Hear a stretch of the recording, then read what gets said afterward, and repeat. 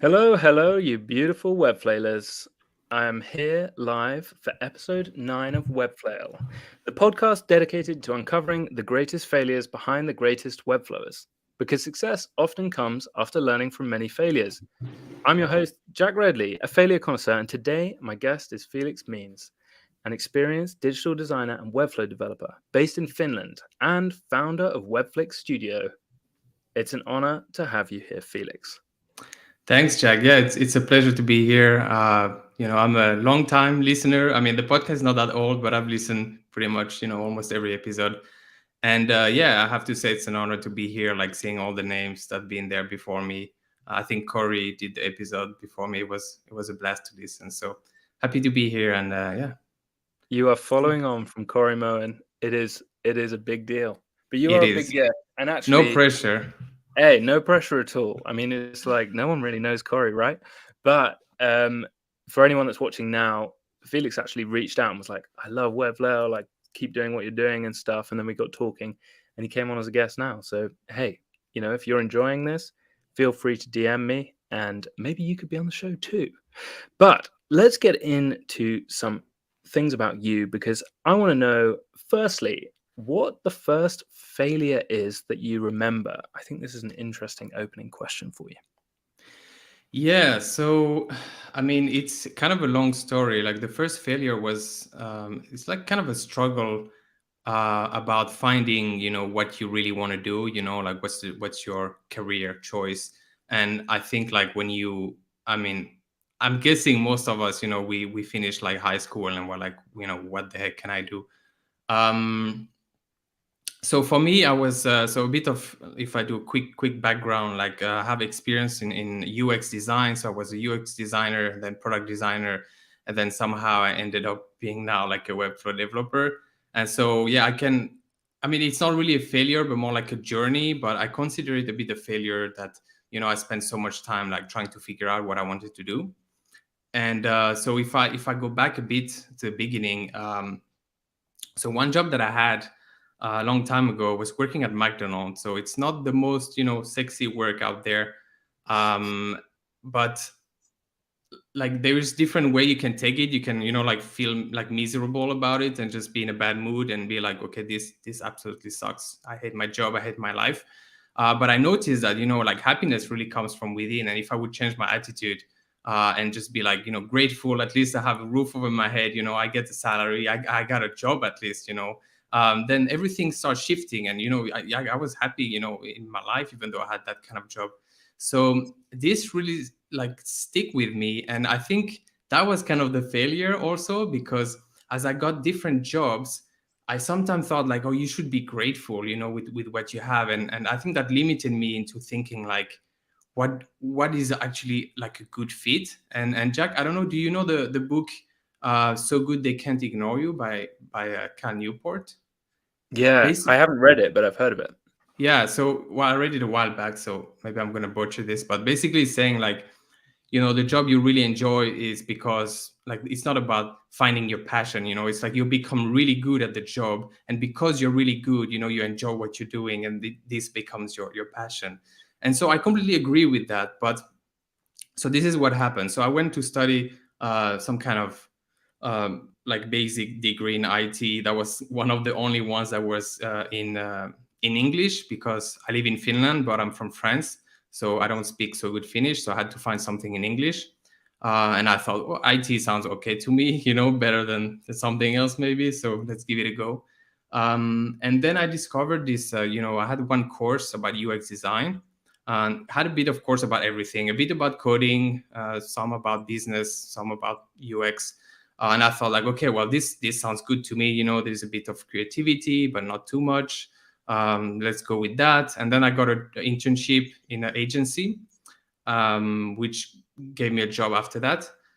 And yeah, so I learned a lot there. But I started, to learn more and more about UX design, and kind of like following the big names, and like reading all the articles and like what is the best practice. And I started to feel like, well, I need to take care of my career. I need to get better at this. And for that, I need to do these things, what they say, I need to do more research and the user flows and this and that. And so I decided to leave my job, which I quite like, to be honest, but I thought I needed to focus more on the the UX part, because the agency work was a bit of everything. I did a bit of front end, which is where I learned like the basics of HTML, CSS, which is now super useful in Webflow. Yeah, so I learned a bit of that. I did a bit of design. I did a bit of coding and a bit of everything, client relationship also. But I decided to leave that job to go to a product company. And so it was a proper UX, position then. And it was like a how do you call it? Like a content software. So very, not so much about the UI, not so much about creativity, but more about solving the problems and those user flows and talking to the users and doing the research and being part of a Scrum team, being agile. So everything that I was told that you're supposed to do, as a UX designer. And I've never asked myself, like, do I enjoy this? So that's the failure, basically. I was just doing what I thought you were supposed to do.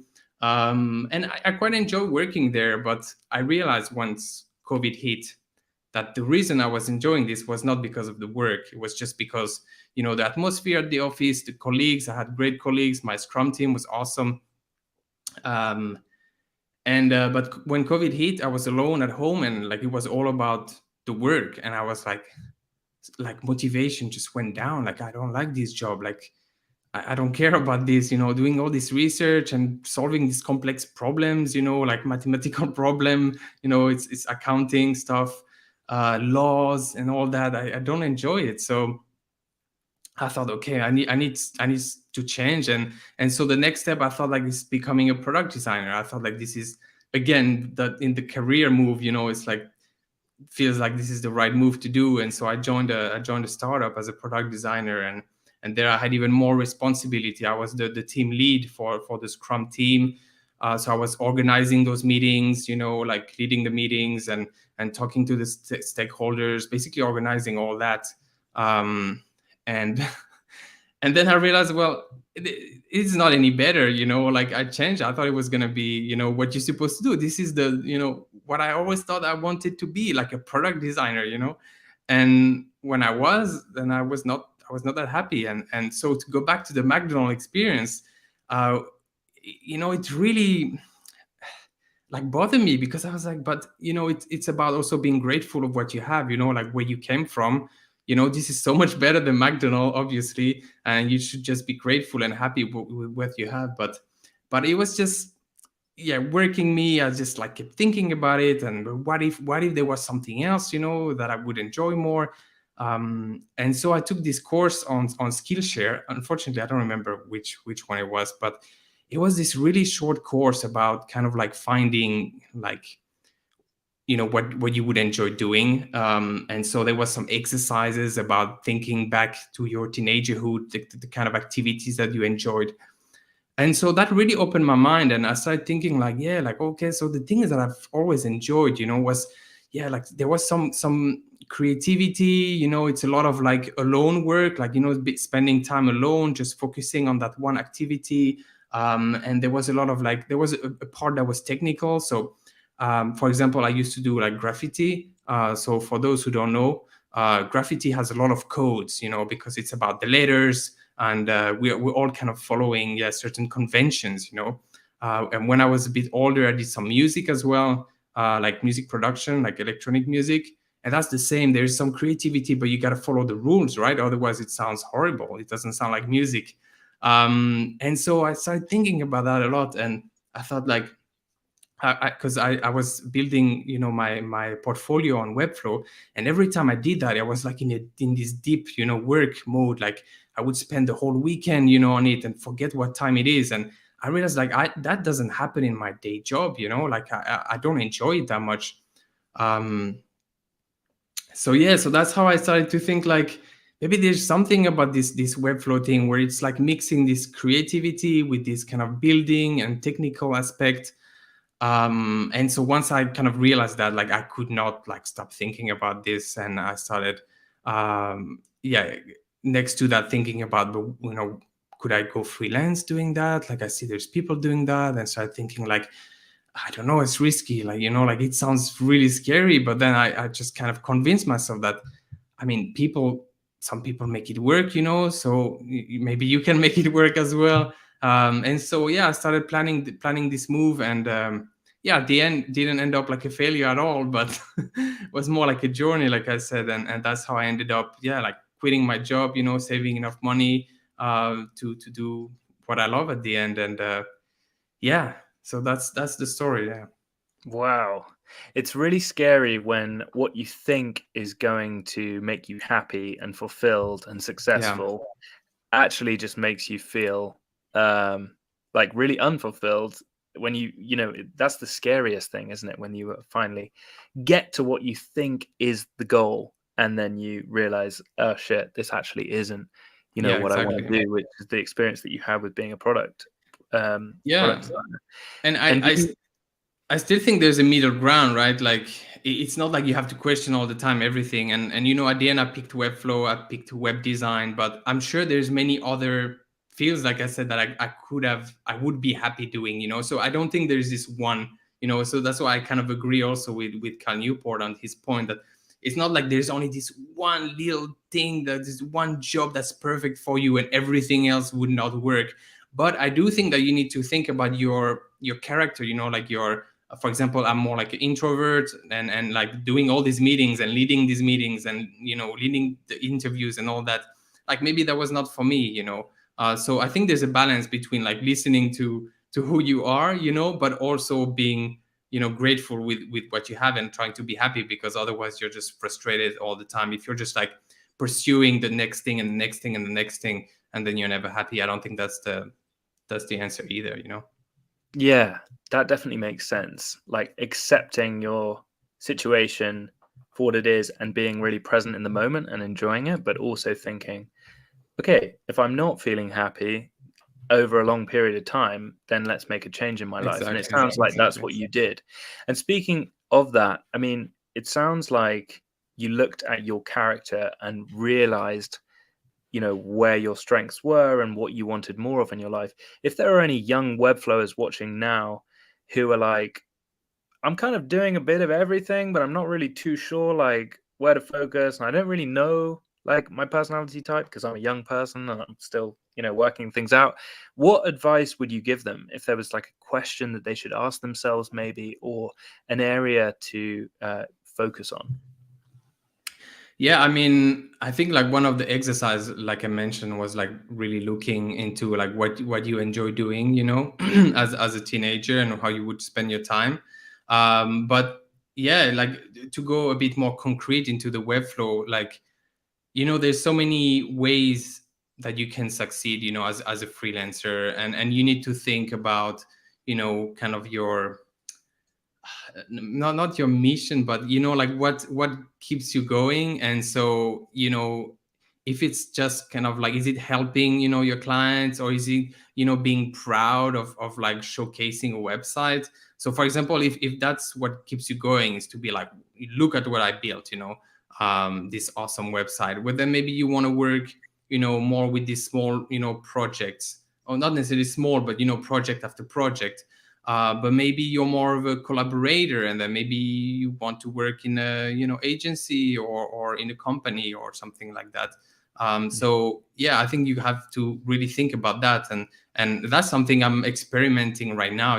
Like I have some yeah, I'm doing some project, but I have also some like recurring clients, and just kind of seeing like what I enjoy the most, and yeah, just try things out. But then kind of once you understood what works with you, just go all in on that. Yeah. And I would also say that this process takes time, doesn't it? I mean, it sounds like it took you years to get to this state of knowing what you want. And I think a lot of advice for freelancers is okay, pick a niche, go all in type thing. And while I think that niching makes sense, um, you can't niche too early without kind of knowing a little bit about That's yourself and true. what you're good at and what you enjoy. So don't beat yourself up if there's anyone watching that's like, I don't really know what I'm doing, and I'm kind of doing Webflow, but I'm like interested in SEO, and I don't really know. I'm an introvert, whatever. It's not like bang, I should be knowing what I'm doing and how I'm exactly. focusing. I think it does take some time to work out. But I would second what you said at the start there, that looking at how you spend your time when you're not working, what do you do on a day off? Like, how do you spend your time? If you game, there are plenty of that type of client out there that might make your work kind of frictionless if you really enjoy doing that already. What would you say to that? I mean, did you have a particular thing that you realized that was the path? Well, there's this one thing that Corey said in the last episode about the video game thing, and that like really resonated with me, because that's exactly what I was saying when my friends would ask me like, why are you spending all this time like making this music, and obviously it didn't go anywhere. I'm not now like a famous music producer, but at the time it was just like a video game, and that's what I was now I'm trying to replicate. It's like trying to find a job that is similar to me, that I can spend hours and just feels like a game. Of course, work is work, and I'm not, I'm gonna lie if I would be lying if I would say that, every Monday I'm like, woo, let's get it started. Let's go. Yeah. But most of the time, like, I don't mind, because I know that at least that part, that building in Webflow feels like I can just put some music, I get a coffee, and let's go. Of course, there's all the pressure. There's also design, there's client communication and all that, which this feels more like work to me. But yeah. Okay, great. And actually, yeah, about just to answer the niching point, because like what I did, I mean, to me, maybe people looking from the outside is like, well, I mean, I just started freelancing and instantly I was kind of like niche down, to like, well, first of all, Webflow, Webflow and web design. And well, that was a decision that I made. I'm just going to do Webflow. But also, I niched into like startups, and tech companies. So, people might think like, well, like you said, like you have to niche down right away, as you start. And that's what I did. But like you said, it was because I was doing years and years, as a UX designer in tech companies. So I know how things work, I have experience, I have the network, after years of working in that industry, of colleagues, so for me, it made total sense to go right away and start, right away from the start being niche down to that. And when I made my first ever like kind of portfolio, it was already kind of directed into that, even though it was super scary. And yeah, but then the more I work, the more I refined even more the copy to be even more targeted. But if you're just starting out, and you don't have that experience, or maybe you're coming out of school or whatever, and that's kind of like your first job, like Jack said, like I would not advise that. I would first see what you like, like yeah, just try things out. Yeah. And sometimes you think, this is my niche. In fact, I went down the route of being like, okay, I am an eco company designer. And that turned out to be a problem because there's a lot of greenwashing out there. And I was kind of like, oh, I'm just not really helping the problem that I thought. And then I was like, I'm a yoga instructor designer, which was the worst niche I could have possibly chosen. But yeah, are these like real examples? Yeah, these are real Wow. things that I've done. Yeah, and this is why I started this podcast about failure, to be honest, Felix, because yeah, I've made a lot of mistakes. But what I'm trying to say is that I think a lot of the time people are like, you should niche. Well, you don't necessarily need to niche by industry. You can niche by platform, just like Felix said. If you are just a Webflow designer, that is a niche in itself. Webflow is not nearly as big as we think it is in our little sphere of influence, just because we're on Twitter and we're in Facebook groups and whatever, and we're seeing Webflow everywhere, and this is our life. But actually, it's a niche in itself, just doing Webflow. So I think recognizing that the word niching doesn't necessarily mean niche to industry, or you don't need to be like hyper specific. It can actually be broader than that. Yeah, and you can niche in different ways, like I mentioned before, like depending on the type of project that you want to take also. And like, you could niche on like working, with agencies only, like a white label type of thing, or you can niche in like you're just doing smaller projects. So there's just so many different ways you can niche. Yeah, for sure. Yeah, definitely. Let's get into your failures. I know we kind of jumped the gun there with the first question. I'm sorry about that. But let's talk about other failures that you sent me. So tell me about failure number one, trying too many things at once to find clients. Yeah, so I think we talked about it quite a bit already. But yeah, so even though I had niched down in the kind of the industry and the Webflow platform, at first I was like, I quit my job. I had no plan B, I had no nothing. And so I was like, I gotta do everything I can, to find that client. And I don't think that's necessarily the best strategy because you stretch yourself a bit too thin. So, there's so many different ways you can find clients. You could do Upwork, or you could do like cold DMs, or you could focus on LinkedIn or Twitter, or like once I heard like some people just do referrals, like it just blew my mind. I was like, well, you have a successful career, just doing referral. And I think like Grace Walker was doing that before. Maybe now she's getting more from Twitter. She has got a big following. But I think for a long time she was doing that. And I think there was also like Rachel from Flux Academy, which is a brand designer. But she was not on Instagram. She was not on anything. Now, of course, she's present because she's part of Flux. But before that, she was not. And she said like, yeah, I'm just getting work from referrals. I have these clients and I talk to other clients. And that just like blew my mind. I was like, okay, you can be successful just doing that. So what I was doing is not that. I was just trying to do a bit of everything. And so because I had that niche figured out, I would go to those Slack communities. I don't mean Slack communities like Webflow, or like Flow Party or anything like that. I mean the startup Slack communities. And then, I would watch courses, on how to do with like LinkedIn stuff. And yeah, I would think about cold DMs and start DMing people on LinkedIn. And I would watch a course about Upwork. And I think I was just spending way too much time on this stuff. And at the end, like what worked for me was just LinkedIn. And so, once I understood that, and I was just like, okay, I'm just going to free up my time. It's good to have these kind of, other options just in case things go south. So if something goes wrong, I can always go to Upwork, or I can always, try something else and send a message in those Slack communities or something. But for now, I'm just going to focus, on one thing, which is, doing good work, and just have a good LinkedIn profile so that they can find me really easily. And that's been working fine. And I'm just posting the work, that I do on LinkedIn, and I'm just getting, it's not like a flood of leads coming in, but it's just enough for me because I'm just a one guy, like I can only take so much, at once. I only want to work with like 2 or 3 projects at once. So if I get that one lead, like once a month or once every 2 months, that's kind of enough for me to keep going. So yeah, that's what I do now. So tell us a little bit more about LinkedIn. If there is anyone watching that's like, oh, that's interesting. LinkedIn is your main lead generation platform.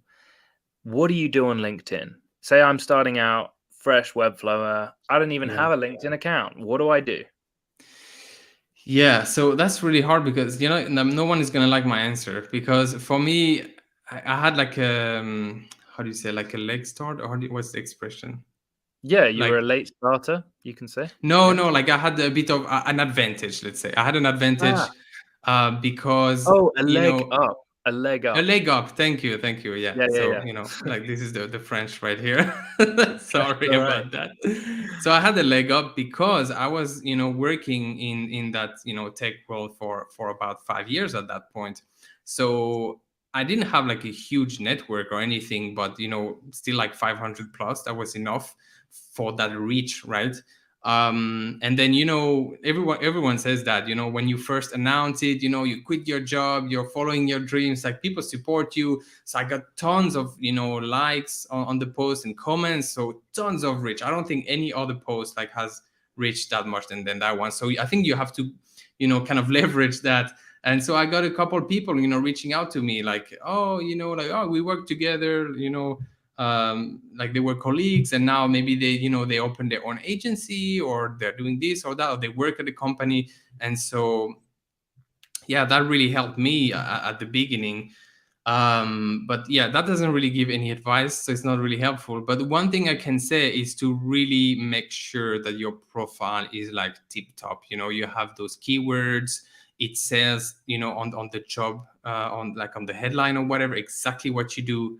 So for me, I'm very clear. I'm like a freelance designer and Webflow developer, and then I have this, dash or whatever, helping startups, doing this or that or whatever, whatever your thing is. Just like make sure what is your, what do you do, and then how do you help your customers, like very clearly. And then in your bio, then you can go a bit more in details, and tell how to reach out to you. And then I even have a few keywords there. I try to put as much like keyword in that bio.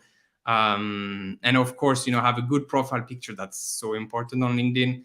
And so, yeah, so for me, like I had, these first few projects like that, but now people find me just on LinkedIn because they search. So let's say most of them are from Finland as well. So I guess I have a little bit less competition there. But when they search freelance Webflow or something like that, I'm in the first few results.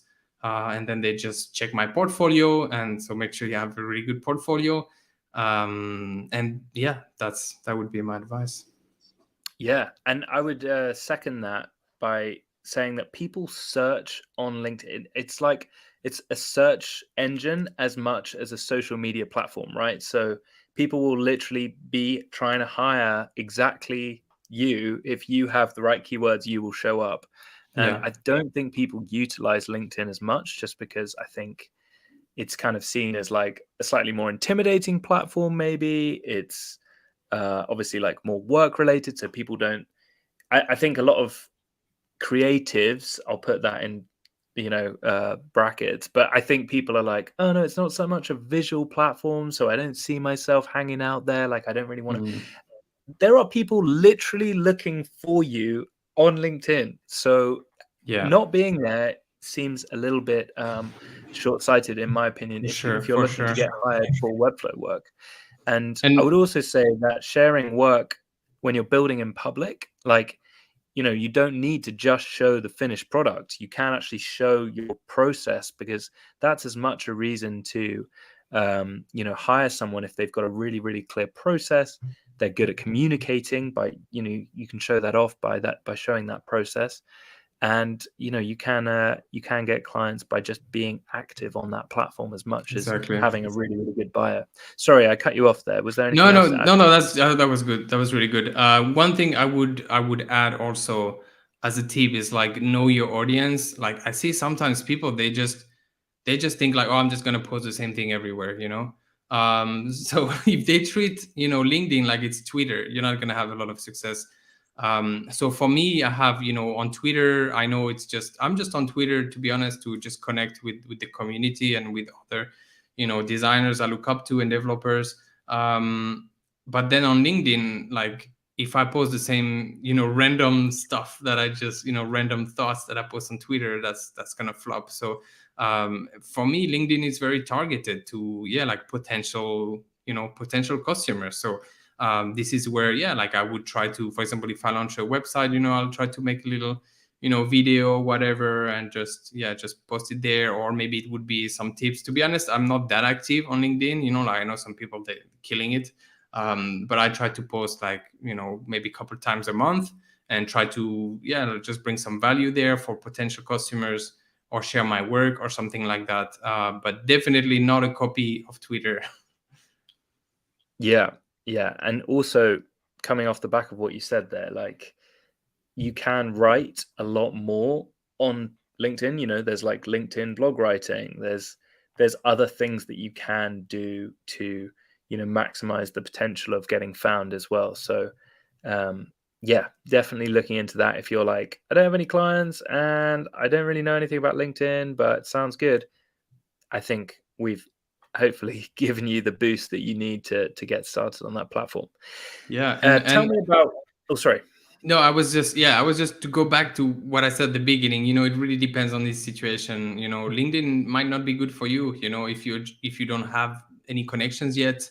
You're just getting started. There might be maybe Upwork might be better for you. I mean, I'm not, people just said so much, bad stuff about Upwork and stuff, but I mean, you got to start somewhere, and if that can work for you, then I would just go all in on that and, watch. I'm sure there's plenty of courses again on Skillshare, YouTube, whatever, of people giving tips like how do you get. So the same process that I did for LinkedIn, you can do it for Upwork. Like what makes a really good profile on Upwork? Once you study that, take some course study, like what makes a good profile, what do you need to do, to be one of those, top rated or whatever. Then start like that, like I don't think you have to start with LinkedIn or with Twitter or whatever. Like it really depends on anyone. Agreed. Yeah, hang out on the platform that you enjoy hanging out on, and whatever medium works for you. Tell me about failure number 2, getting too stressed from client work. Yeah, so I think that's maybe a bit more personal, because I think I tend to like, maybe stress out or like get anxiety maybe more easily than other people. Like I'm a people pleaser, so I maybe sometimes like read too much, into it, and like I want to always over deliver, and I say yes to every request, and people reach out to me on Slack, like I'm answering like in 5 seconds, I'm always like, oh, but then the other client, and then you get a bit overwhelmed like that, and it's great to like make your clients happy, but if you're gonna end up having burnout or like not taking care of your mental health, that's not really a good thing. So for me, I had taken earlier like some projects with a deadline, and I was just when you're starting out, you think like every project is gonna make or kill your career.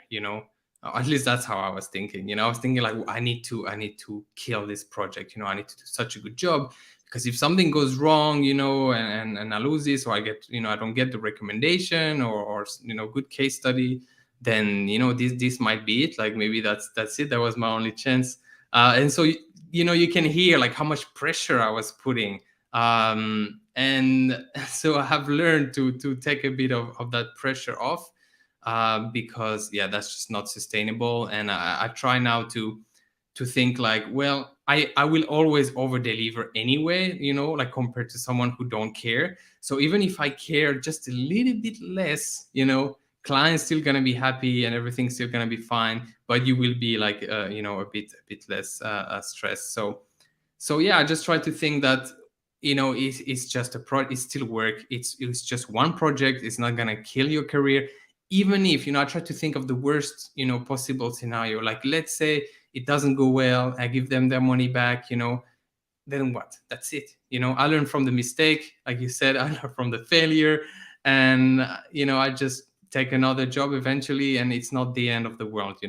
So that's kind of the shift I made, and just trying to remind that to myself once in a while, once I feel like the pressure is going a bit too high. But of course it still happens, like I said, like sometimes you have deadline and you're getting a bit too stressed, you got that anxiety, but at the end you just have to think like, just have to do what you can. You got to do your best. It doesn't help to worry too much about it. And if you miss the deadline, like no one died. Like usually the clients, they understand, it's not all on you, it's also on them. Maybe they didn't give the content on time and all that. So so that was a big failure for me. Just kind of being close to burning out.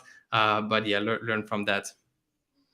I would definitely second that as well, that at the start you think, okay, I'm getting paid to deliver on whatever I've promised that I can deliver. But I think the more projects you do, the more you realize that it's a collaboration. Like it's not like I just go off into a design cave and just bust out the work. Like I need the client to reciprocate in the level of, commitment that we've made together. Like if they want the project done in a week, I need the assets today or whatever it is, right? Yeah. So I think that helped me, take the pressure off myself, because I was like, actually, we're in this together. Like if they are not giving me the assets that I need, then obviously I'm not going to get, the project done in the time that we've agreed. So I definitely think that like framing every project as a collaboration rather than Okay, I need to. It's all on me. Like it's not all on you. And I think that's something important to realize as you do more projects. But I mean, Felix, is there anything that you do now to I mean, you told us a little bit about, talking to yourself and imagining the worst case scenario and just being like, well, no one's going to die, even if it all goes wrong. Is there anything else that you do now to kind of take the pressure off yourself, maybe before a client call or anything like that? Well, I think like you mentioned about the collaboration thing. I think a lot of it is also like picking up the good clients, and that's easy to say, later on when business is doing a bit better. But at the beginning, you have to kind of take everything you can. But yeah, I mean that helps so much that take those clients that are understanding and that are nice as well, and that like now recently I had a client and they had this kind of timeline, and again, I took it like, oh, this is a strict deadline, but when it was not, just putting too much pressure on myself.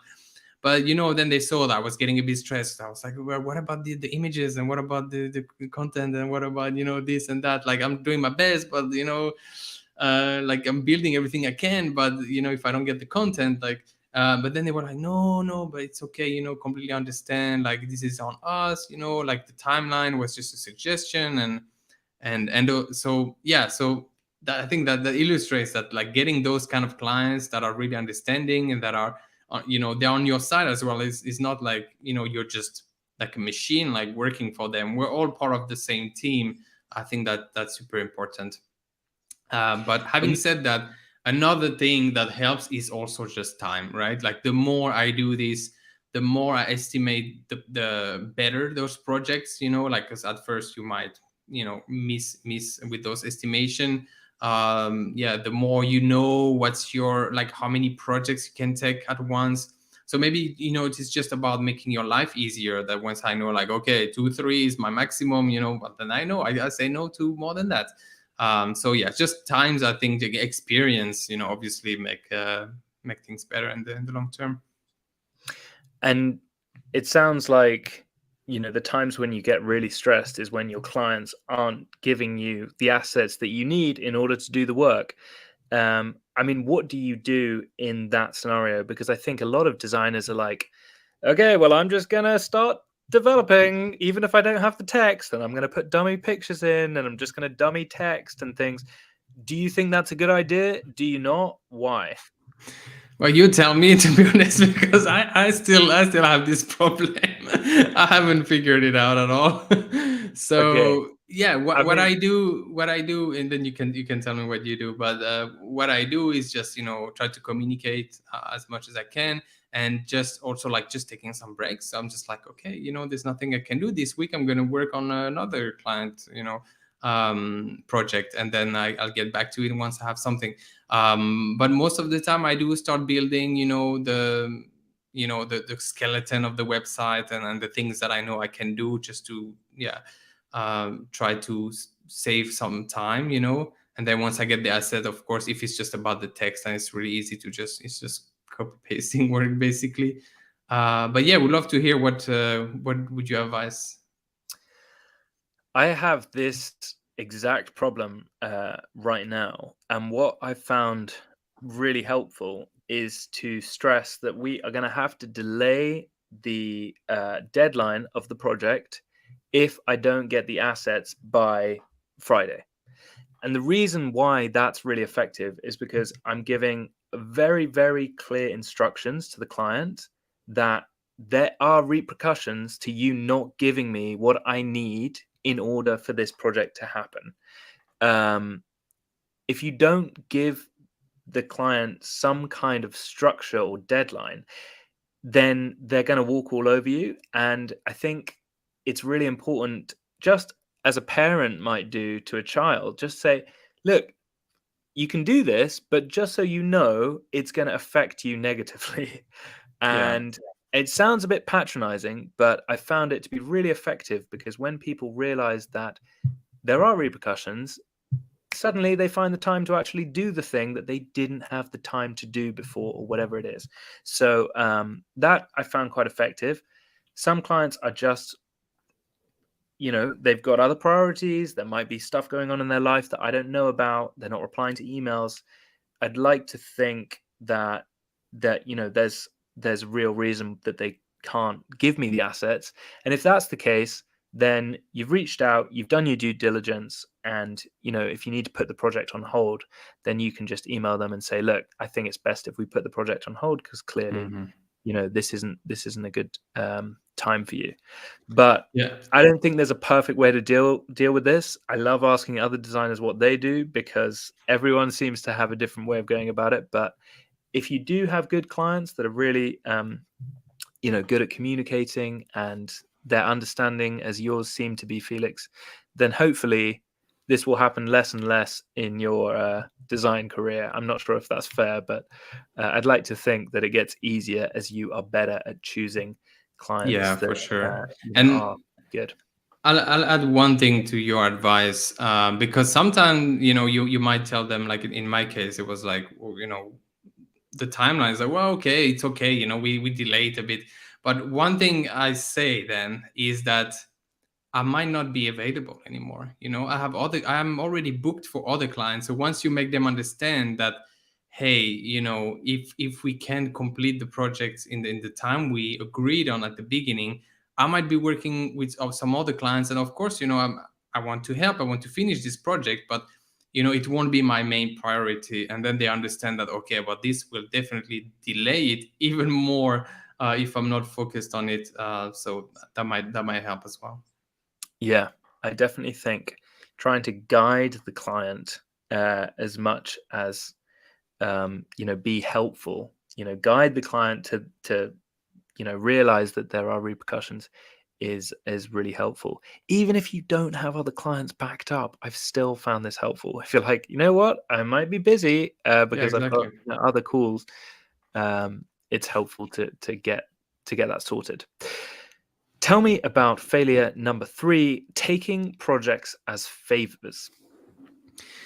Yeah, so I think we were talking about this also recently, and Grace gave like a great advice. But basically, it's like it's hard for me to say no, and so when you have people reaching out and they're like, oh, but we don't have, the classic, like, we don't have really the budget, we're just a startup, but we will give you more exposure and whatever, and I don't know why, like, it always gets to me, like, if someone's like, we really want to work with you, or like, we will, help you out also later, or I don't know, like, we just didn't find anyone else, they're all busy, like, please help me, we have this deadline, or something like that. It's really hard for me to say no, but of course you shouldn't you shouldn't take the project, unless you're like just starting out, and basically you're very available to take on this project. But for me, like, so I've had a couple of those where I kind of am like, okay, I'm gonna help you and this and that, and it always, like, didn't end so well. Either I got even like ghosted once. It's like, okay, like, I'm here to help you, and then suddenly you disappear. Once I had a project where it was like a fellow designer, like a product designer. So I really wanted to help him. So he reached out and was like, I want to do my portfolio and this and that, but I'm not so good at the website design and things like that. I was like, okay, let's see what we can do. And of course, the budget was really small. I was like, okay, I'm just gonna do this as a favor.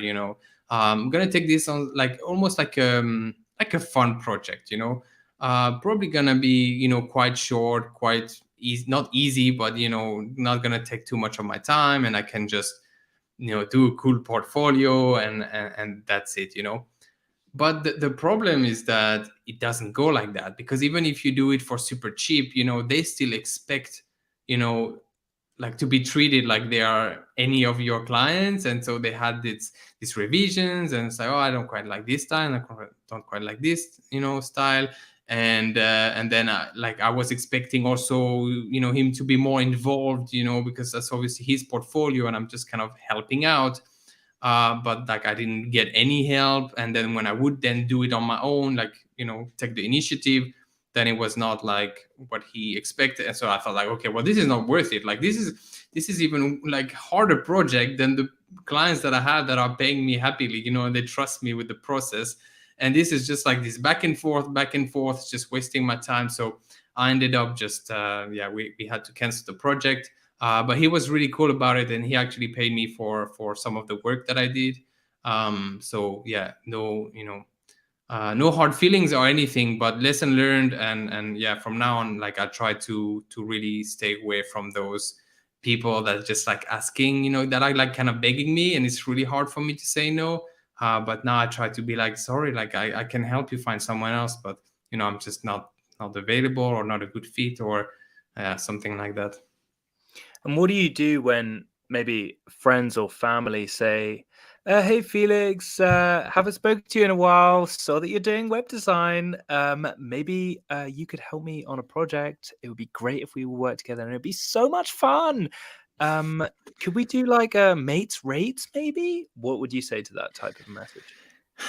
Well, like I said, I'm too nice. I would probably fall in the trap. No, Felix, there are young Webflowers watching. No, but yeah, no. I mean, for me, I guess it's a bit easier. I would just be like this. Now, my best excuse is my niche, right? So it's like, oh, that's not really what I specialize in, Just like when I was a product designer, I was like, well, I do product design. I don't do, this or that. I don't fix computers.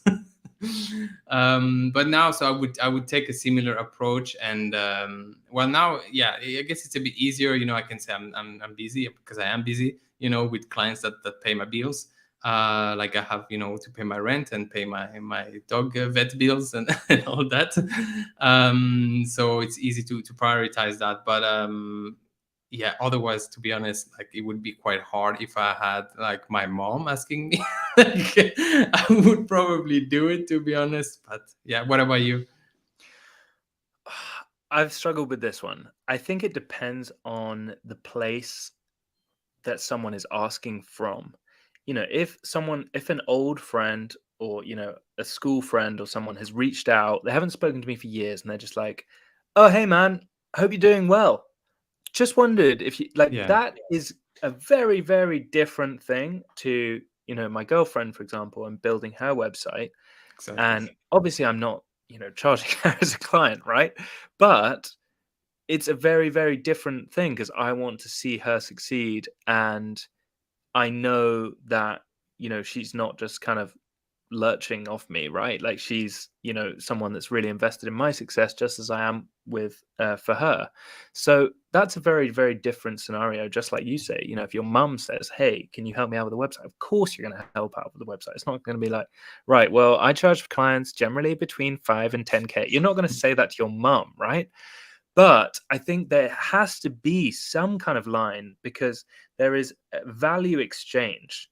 Now, I'm not saying you need your friends to be paying you what they would, if they were just a client who's cold reaching out. But there has to be some kind of value exchange because ultimately, if they are not prepared to invest in your success, which is your business, and give you something, then frankly, there's an energy imbalance if you're just doing a website for them for free or for very, very little money, which one is going to make you feel disdain for that person because you're like, oh, fuck, I should never have taken this project. And two, they're not really friends if they're not willing to give you something for something you're doing for them, even if it's just a skill exchange. A friend of mine's a marketer, and she's amazing at doing that. And I was like, okay, if I do a website for you, can you, spend some time with me going through some more technical SEO stuff? And that was a really good skill exchange when I started out. And I didn't feel disdain for this person, even though I wasn't getting paid, but I was getting a skill exchange. At least there was some kind of value exchange there.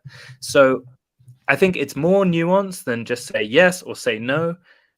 But if you feel disdain when you're doing a project for someone, then learn from it and learn what that feeling feels like and recognize when someone is just reaching out and basically trying to just lurch off you, because that's not a good feeling, and you should never ever take on projects if you have that kind of sensation, in my opinion. Yeah, for sure. Because then they will just end up like I described, they will just be just like any other client, except they're not paying you. Like if they're not anyone close, they will have this request, they will have this and that. And then you're like, yeah, you will just have this regret, like, why did I say yes? But for like close, yeah, obviously, close friends or family member, and like, friends that are supporting you. Like for me, like I have some, not many, but like, a few friends that, they always there, to like your posts, and it doesn't cost anything, but not everyone will do that. Yeah, So yeah, yeah, people that help you and support you, they're gonna share, whatever your LinkedIn post, they're gonna comment, and because they know it doesn't cost them much, but it helps your business. For those friends, yeah, I mean, I'll do anything back. yeah, 100%. The law of reciprocation is real. Give and you shall receive. It's so basic, but yeah, I really feel strongly about that as well. Just comment on your friend's post, help them succeed, and they will want to help you succeed. Um, Okay, we are into the quickfire community questions round. I have got a few questions from Webflowers for you, and we're going to spin through these. Are you ready, Felix? Let's see. Let's go. What's the best way to start making a living from Webflow? Oh, well, I think we talked about it a lot already during I, this I 50 think we I minutes. think we did as well. What Um, maybe start on Upwork, get some portfolio projects under your belt, have a exactly. portfolio, and go from there. I think Yeah, is yeah, pretty much. Just pick one platform. Like everyone says, like, do as good work as you can and start sharing it, and hopefully, like, the ball will start rolling, and then you get bigger projects, which then leads to bigger projects, etc., etc. But the first one is always harder. That's why you want to get those first ones, either from family member, friends, like anyone from your network, or then just make fake ones. That's what I did. My first project, like I literally quit my job and I did the first, just a landing page. Yeah, I did a landing page for the my niche, so it was kind of like a tech, fake tech company, whatever thing. And I just did quick landing page. I did the design, a couple animations, nothing crazy. But then shared it, in the community, Twitter, and got some love, and yeah, that just kind of gets the ball rolling. yeah, and go from there. And I think another thing to say is that everyone asks about how do I get bigger Webflow clients? How do I get bigger Webflow clients? Focus on doing good work. Things are going to happen. Just if you're good at what you do, people are going to be willing to pay you for what you do. So I think there's this kind of fetishization of 10K clients and whatever. Those come when you're good. So focus on being good, and the clients will come. Yeah, and I you would, gotta, I mean, you gotta show that you're professional. You gotta show, that's all in your portfolio, in your, you know, like a LinkedIn, communication, like your posts, like you gotta appear like a professional, obviously, so that they know that you are a professional and you're trustworthy. And yeah, it's all about building the trust.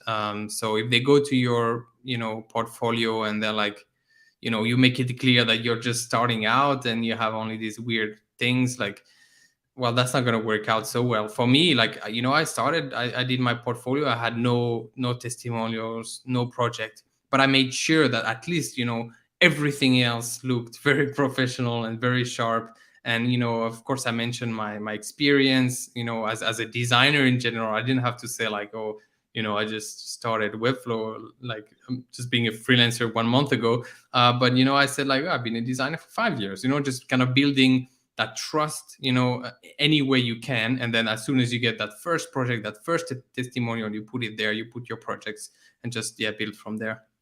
yep. And build in public, like we said earlier as well. Share what you're working on. People are more willing to help you push the car up the hill if they see you pushing already. I stole that from someone. That's not me, but I think it's good. Okay. Why did you choose to set up as an agency versus as a freelancer solo? Yeah, actually, I'm changing that. So yeah, I mean, I still have the name, you know, Webflix Studio. I just wanted a name for it. I just didn't want it to be my own name. Um, and you know, I mean, the name comes. I mean, it's very obvious. Web, you know, Webflow, Webflix, and my nickname has been Flix because you know my name is Felix. So I just put these two together, and I thought it would be cool to have some kind of like like entity or like an identity, you know, that is not just my name.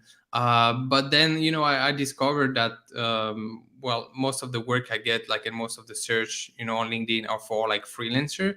So now I make it super clear. Actually, when you go on my landing page now, I'm saying like I'm a freelance, you know, designer and Webflow developer. You know, I'm here to partner with you, you know, with the client. So I'm not just kind of like you pay, you know, like an agency and you don't hear from them and then you get the result. You know, I want to be involved with you and all that. So yeah, I make it really clear now. So I'm actually not an agency at all. But I do have the name, yeah, Webflix and webflixstudio.com, because that's how I started it. But I think I'm okay. I think it's easier to remember than my full name. So I think that's fine for now. Okay, great. And how did you develop your design aesthetic? Yeah. So, okay. So, I mean, so I was a UX designer, you know, and then product designer. So I think that kind of fit well also with the niche that I have now, you know, like a bit more techy. So I don't do this, you know, crazy, you know, portfolio website or like for photographer, you know, things like that, or like luxury brand. Because yeah, this is the design that I've learned, you know, like, you know, making buttons, making cards and things like that. But yeah, this is something I developed, like, you know, slowly. And of course, like as a product designer, you know, you might have like a design system and you're just following that. So basically I just learn design. I'm going a bit on a tangent here, that's not really the question, but I think that might be helpful for people learning design, that I've really like laid the foundation, you know, like, you know, because I come from that product design background. It was all about, you know, the colors, you know, and like the spacing, like just the small details, you know, like when you design a button, you know, it's not like when you design a cool poster, you know, or like when you design a card, you know, it's all about the little details, about the typography and like the letter spacing, you know, and the line height and the colors and your border, like, you know, what kind of yeah, what's the color of the border and the little shadow and all that. So yeah, I think that gave me like a great foundation of like all those basics and the color theory and typography theory and all that. And then now I can take you know, a little bit expanding on that and just trying to be a bit more creative with the website that I do now. But that's something, yeah, I'm working on. Like in each website I'm trying to be like more and more creative, and try to go a bit out of my comfort zone. And how do you deal with imposter syndrome? Well, that's a tough one. I mean, I've dealt with this all the time because I've always gotten a job, you know, before I was ready for it. I feel like, um, which I think that shows, you know, it shows great confidence in a way that I'm just like reaching for something I don't have. But then once you do get the job, you know, you get hit, you know, with the hammer of the imposter syndrome. Like, okay, I don't know what I'm doing. But I think there was this great quote my girlfriend sent me one day, and I was like, this is genius. I can't remember the exact quote, but basically it was saying that, like, okay, I'm an imposter, so what? Like, I'm like the best imposter there is, you know, like I'm just fooling everyone and I'm the best at fooling everyone, that I'm so good at this job, you know. And so now I just think about it like that. I'm like, yeah, maybe I'm an imposter, but so what? You know, I'm doing freelancing, it's working great, you know, I'm getting clients are happy. So what if I'm an imposter? You know, they're still happy, their happiness is not fake, you know. Are they still paying me? That's real, you know. So who cares? Like, just keep going and just yeah, forget about it. I love that response. I've never heard that. I appreciate that. just be an imposter and be proud. What does success look like to you? Wow, I wish you had sent me those questions before. To be honest, this is real. Like I don't know any of these questions. Hey, I didn't get these questions. There's a few that were good. Yeah, this is cool. Wait, are you still there? Yeah, I think you dropped for 1 second. Okay. So what does success look like to me? To be honest, I'm not reaching for the stars, like for me, I mentioned this a bit at the beginning about happiness and all that. And it sounds very cheesy, but like for me, that's all I want. Like, I just want to spend my time, doing something that I enjoy doing, and, make a living from it. I think like right now, my expenses are not they're not crazy. I don't have like kids or anything like that.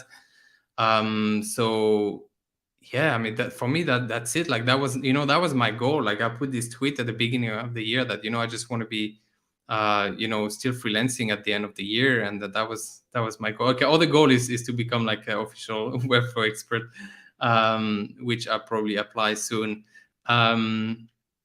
But yeah, so that was my goal, and yeah, like for me, yeah, the success is just if I make a living from this, and I have nice clients, cool projects. I mean, that's pretty much it. Dreamy. Before I ask you the final question, where can people find you or follow you? I'll put your link in the chat.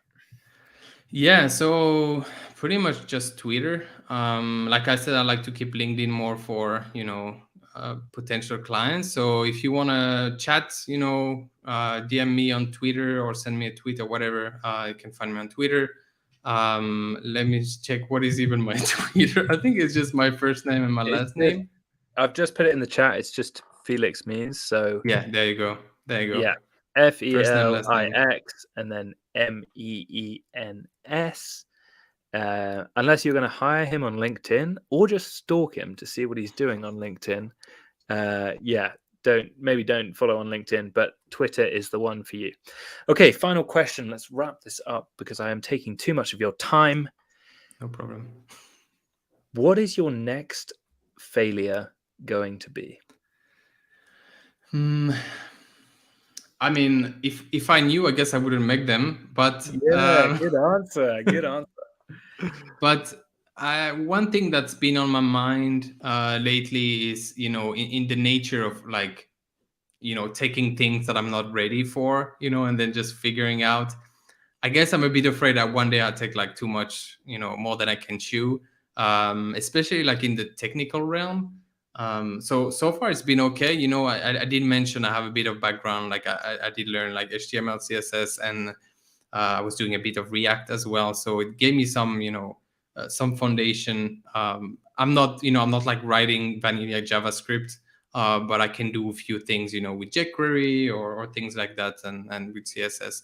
But of course, I'm afraid one day that's gonna be like something I'm like, okay, yeah, just take this project, and then I'm like, I have no idea how to do that. That would be quite embarrassing.